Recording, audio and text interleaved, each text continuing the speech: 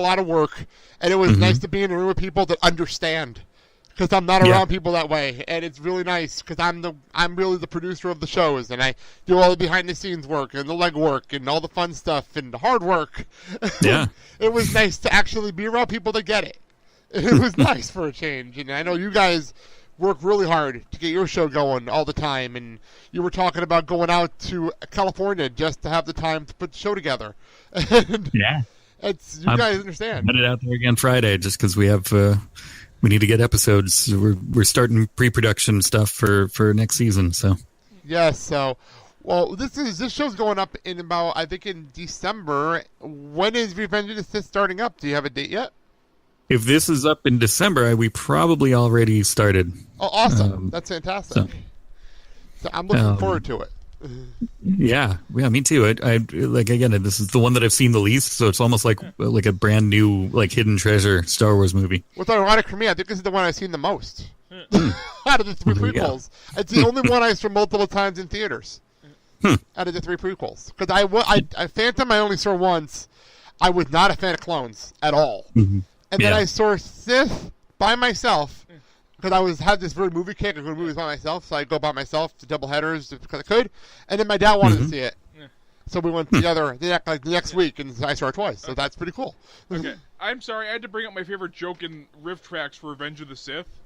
There's that bit where you see Vader getting rotated up on that table. One of the guys on the riff tracks goes, "Now if this thing just rotates him face down into a pie, this whole thing will have all been worth it." That is pretty funny, actually. So, no, he's a big riff tracks person. So when it worked out in this. We're both massive Mystery Science Theater fans. Yes, I still haven't finished the Netflix season yet, but it's just because of time. That's the only reason I haven't finished it. Life happens and time happens, and you just run out of hours. To be honest, I think you get that. Run out of hours and time. Yeah. Oh yeah. So. We completely went off track, which is actually absolutely fine because that's what we do here. It happens. We just started talking, which is because we never talked before off air, so this is actually pretty fun for us. We do a lot of talking and occasionally get back to the topic at hand. Yeah, well, that's fine because really we have talked about the minute already, and we just need to talk about life pretty much for a little while. It's not a bad thing. No, also. Well, I also wanted to give a shout out to Supernova because that's in the background. Of this minute, you hear the Chewbacca, What a Wookiee by Supernova. Oh, cool. Very cool.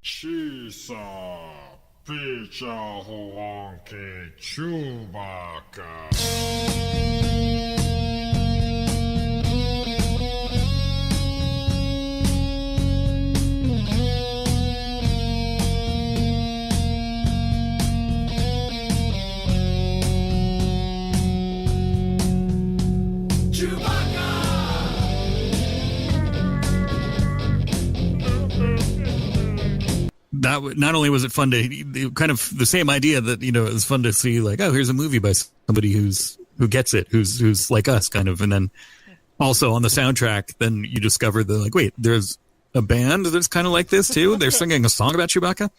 Yeah, wasn't there a podcast? Because when there was a podcast back on the Fourth Cast Network.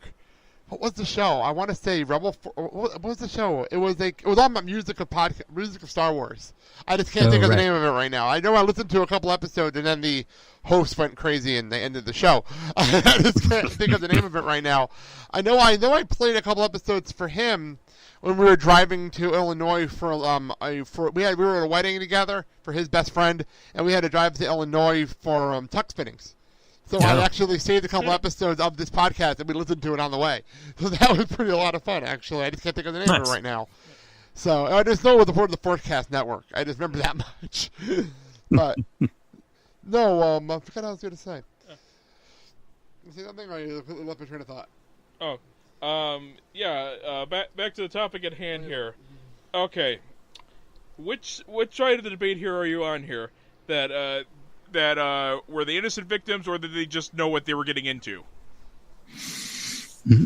I lean a little bit towards they knew what they were getting into, because it's already, there already was one Death Star. Yeah. that blew up planets and stuff. And let's be honest, the Empire isn't exactly subtle about what they do. Yeah. This is true.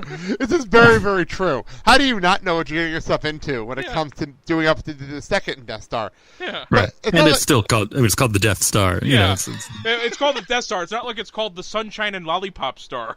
Right. And it's the same design. Yeah. It's not like The same design. It's like, oh wait, no, they blocked off that thermal exhaust port. Right. Even though it's only halfway done by the time we see it. Which the time frame still doesn't make any sense. They apparently subscribe to the theory of try it 8 more times, maybe it'll work. The time frame still doesn't make any sense to me because I watched Star Wars Rebels and they're showing the construction of the Death Star in Rebels. The timeline still makes no sense to me. Why did it take so little time to build the second time? I don't understand.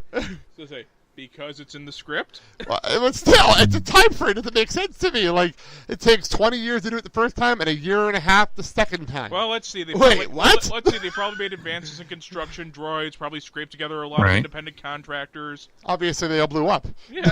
As you learned. Yeah. And I think there's some things about, like, they were basically building them. They were doing pre-production on the second one before they, like, while the first one was nearing completion. Oh, that makes sense. They're kind of building them in parallel almost. Yeah. Okay. That's my theory. I don't know if that's based on anything. Or they just figure, hey, we already got the plans. We blocked off the thermal exhaust port. We can go build right away. And then we'll just do it again in Force Awakens. Yeah. Only we'll just call it something even less subtle. I know. And then just have Han Solo make fun of it. That movie. No, I Was I the only one who thought with the opening scene, oh, don't worry, the stormtroopers can't have the broadside of a... never mind. Oh shit, we're actually going to kill people in this movie. I didn't expect that. No, that's actually pretty good. That's a very valid point. Yeah. So, all right. Looking at the clock and knowing we started a little bit late, and my wife will kill me if we go a little longer here. I'm gonna start wrapping this bad boy up. If I can find my script. There it is. I have my script with all my plugs on it, and I took it off my screen. All right. We are part of the Filling the Void podcast network, available on Spreaker, iHeartRadio, TuneIn Radio, and really all over the place you could find us and the network. We are also part of the Movies by Minutes family that Pete runs the website at moviesbyminutes.com. Great place to find every movie available in this little universe we're in. And it's always growing, which is really, really cool.